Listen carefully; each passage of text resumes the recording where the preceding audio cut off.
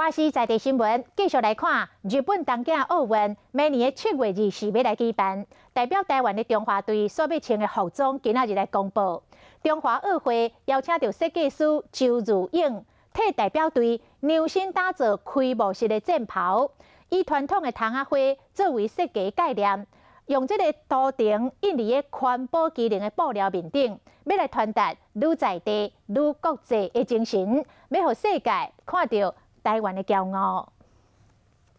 深蓝色西装外套，查某是配白色短裤，查甫是规套拢蓝色的。台湾奥运代表团进场服装设计理念献光，找来设计师周如影打造出查甫共两套服装，创造理念是来自台湾老锤铁藤花。甲国花、梅花，也就是中华奥会代表图，印在布料顶面，传达台湾的精神。年龄跟身材的跨距非常的大，那我希望大家穿起来都是很舒适，然后很有自信的。鞋啊嘛，甲梅花用这立体编织的方式呈现，另外部分是采用有百年历史的漆器工艺，以彩虹设计，嘛选用台湾伫婚姻边关上。